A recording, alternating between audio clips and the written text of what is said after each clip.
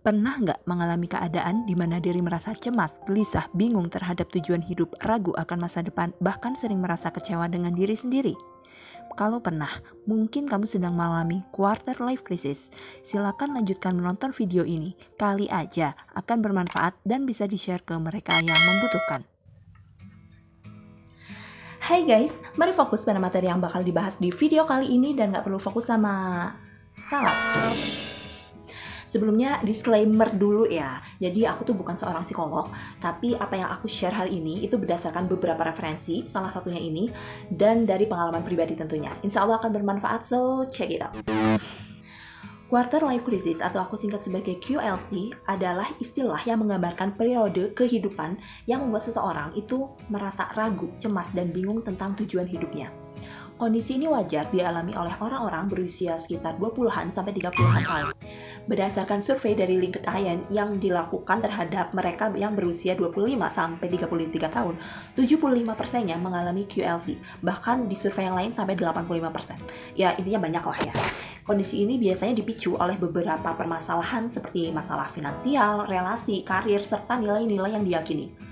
Kondisi ini kadang membuat kita akhirnya menyadari bahwa ada yang harus diubah dalam hidup kita, tapi kita tidak tahu apa dan bagaimana cara memulainya. Di usia-usia ini, orang itu dihadapkan pada berbagai macam pilihan, yang juga berarti ada tanggung jawab yang harus diemban. Ya, kadang-kadang secara mental kita belum siap, tapi secara usia kita sudah dituntut masyarakat untuk bertanggung jawab. Adanya kesenjangan antara kesiapan mental dan ekspektasi sosial membuat seseorang itu mengalami QLC, membuat kita merasa kebingungan dan bahkan merasa kesepian. QLC sendiri memiliki beberapa tanda-tanda, di antaranya yang pertama, otak kita mulai dipenuhi pertanyaan. Kenapa aku lahir? Dan untuk apa aku hidup di dunia ini? Yang kedua, kita mulai kepikiran bahwa kita belum melakukan hal-hal terbaik dalam hidup kita. Yang ketiga, sosial media itu sangat berpengaruh. Di satu sisi kita dapat banyak insight, di sisi lain, tanpa kita sadari, kita mulai membanding-bandingkan hidup kita dengan orang lain. Yang keempat, biasanya dalam hal pekerjaan, kita mulai dilema antara menapaki puncak karir atau mulai menikmati hidup selagi kita masih punya waktu, dan lain-lain. Sebenarnya banyak ya, cuman kembali lagi aku tuh bukan psikolog, jadi aku tidak akan terlalu fokus terhadap ini. Dan kalau mau ngomongin soal QLC, sebenarnya banyak banget segmen yang bisa kita bahas. Cuman ya aku paham lah ya, teman-teman biasanya kalau ikut kelas atau ceramah itu duduk paling belakang gitu kan ya, biar kalau ngantuk nggak ketahuan gitu kan. Paham saya. Ya intinya pokoknya biar nggak kepanjangan lah ya. Jadi di episode kali ini aku hanya akan membahas satu bahasan aja, dan sisanya insya Allah akan dibahas di episode-episode selanjutnya. Dan episode kali ini kita akan membahas satu hal, yaitu soal tujuan. Kenapa tujuan? Karena tujuan itu adalah hal yang paling utama dan biasanya adalah yang paling pertama ditanyakan ke diri sendiri ketika kita mengalami QLC. Kenapa sih kita harus melakukan ini? Kenapa sih kita harus melakukan itu? Dan semua itu kalau misalnya kita sudah punya tujuan, jawabannya mudah. Tinggal ya kembali lagi ke tujuan awal gitu kan. Tapi kalau misalnya udahlah tujuannya nggak jelas atau bahkan nggak punya tujuan, ya bingung antara mau maju ragu, mau mundur terlanjur, ya kan. Kita itu sebenarnya selalu punya alasan untuk melakukan sesuatu, tapi kadang kurang tujuan untuk menjalankannya. Jadi wajar gitu kalau di tengah jalan tiba-tiba kita kayak merasa bingung, merasa terjebak dengan keadaan, bahkan kadang jadi idle, diam, pasif, dan tidak termotivasi untuk melanjutkan pilihan yang sedang kita jalani. Padahal pilihan itu kita yang milih sendiri gitu, tapi kita bingung sendiri gitu.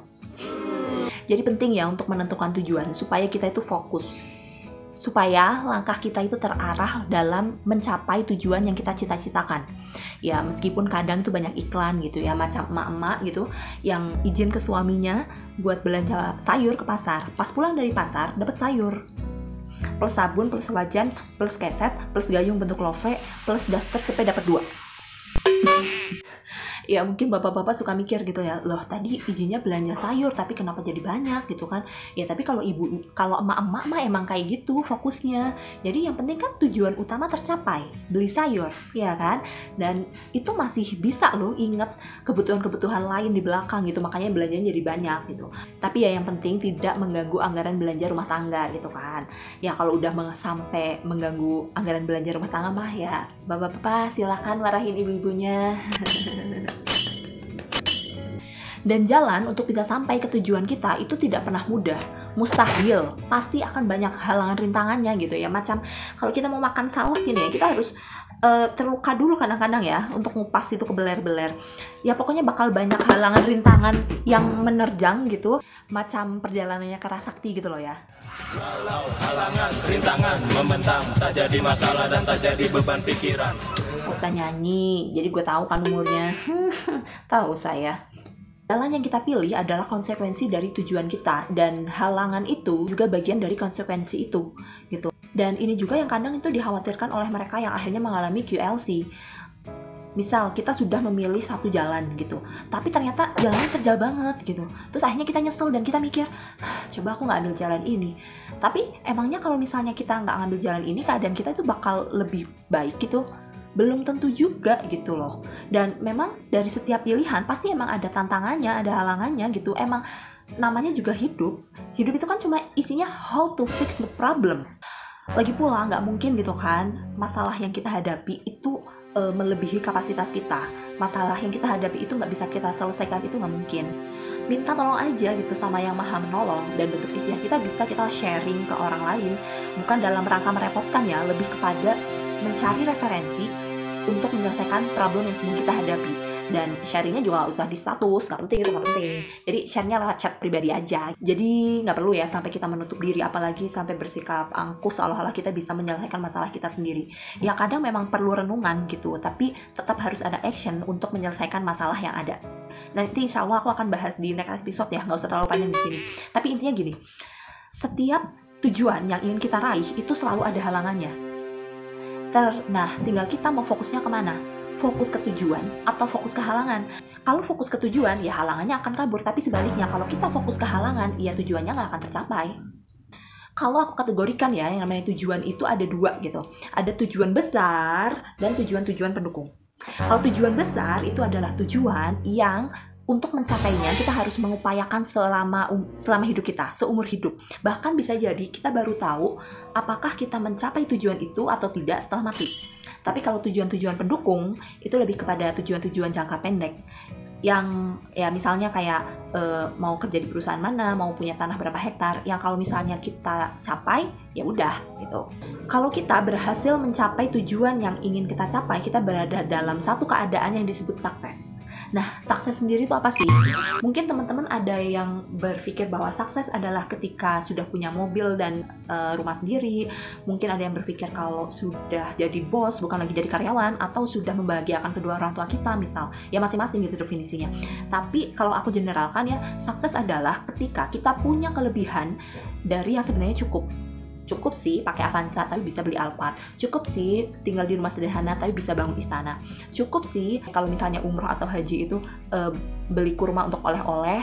Cukup, tapi kita belinya sekebun-kebunnya gitu. Misal. Jadi teman-teman coba deh dipikirkan kembali, apa sih tujuan teman-teman memilih jalan yang saat ini sedang teman-teman jalani? Karena gini deh, setiap hal di dunia ini itu ada karena memang ada tujuannya.